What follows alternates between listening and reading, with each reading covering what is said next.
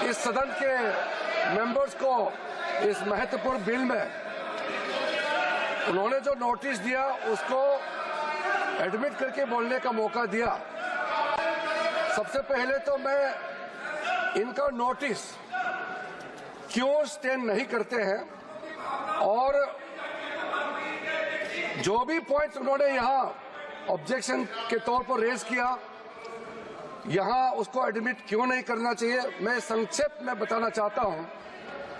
उसके बाद जितने भी इश्यूज आज यहाँ उठाए गए हैं उसको मैं आपके अनुमति से विस्तार से एक एक पॉइंट का मैं जवाब देना चाहूँगा। और मैं ये मानता हूँ, विश्वास है कि मेरे बात को ध्यान से सुनने के बाद अंत में इन्होंने जो भी आशंकाएं व्यक्त किए हैं या गलत तरीके से यहाँ बातें बताया गया है, सब चीज को मैं दूर करूंगा।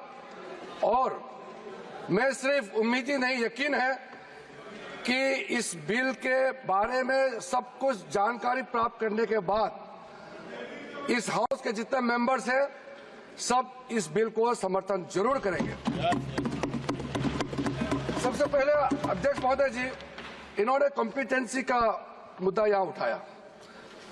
मैं पूरे जिम्मेदारी के साथ आपके माध्यम से सदन को बताना चाहता हूं, इस बिल में जो भी प्रावधान है आर्टिकल 25 से लेकर के 30 तक किसी रिलीजियस बॉडी का जो फ्रीडम है उसमें कोई हस्तक्षेप नहीं किया जा रहा है, ना ही संविधान का किसी भी अनुच्छेद का इसमें उल्लंघन किया गया है।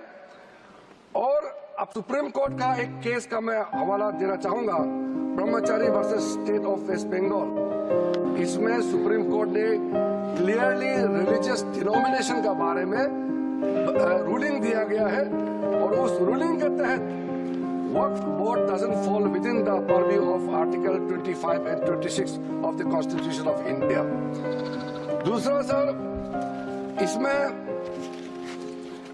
हमने जो ब्रॉड बेस किया है, किसी का हक छीनना तो बात छोड़ दीजिए, जिनको हक नहीं मिला है उनको हक देने के लिए ये बिल लाया गया है।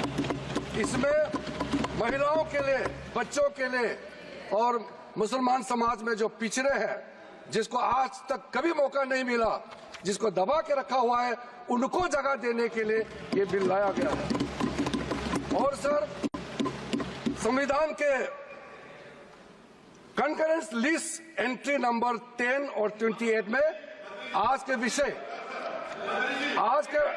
जो विषय हम लोग चर्चा कर रहे हैं वो एंट्री 10 और एंट्री 28 में ये कंकरेंस लिस्ट में है। इसलिए ये पूरा लेजिस्लेटिव कॉम्पिटेंस इस सदन के पास है, भारत सरकार के पास है, इस सदन में ये बिल पेश करने का। अध्यक्ष महोदय जी, जैसे मैंने कहा है,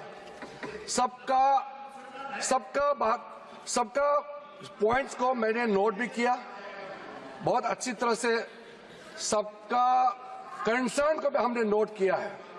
मैं बारी बारी से कहना चाहता हूं, सबसे पहले तो सर, ये वक्फ अमेंडमेंट बिल ये पहली बार इस सदन में पेश नहीं किया गया है। अंग्रेजों के जमाने से लेकर के उससे पहले का लंबा इतिहास में मैं नहीं जाना चाहता हूं, लेकिन आजादी के बाद सबसे पहले ये एक्ट लाया गया है। 1954 में सबसे पहले ये एक्ट लाया गया था।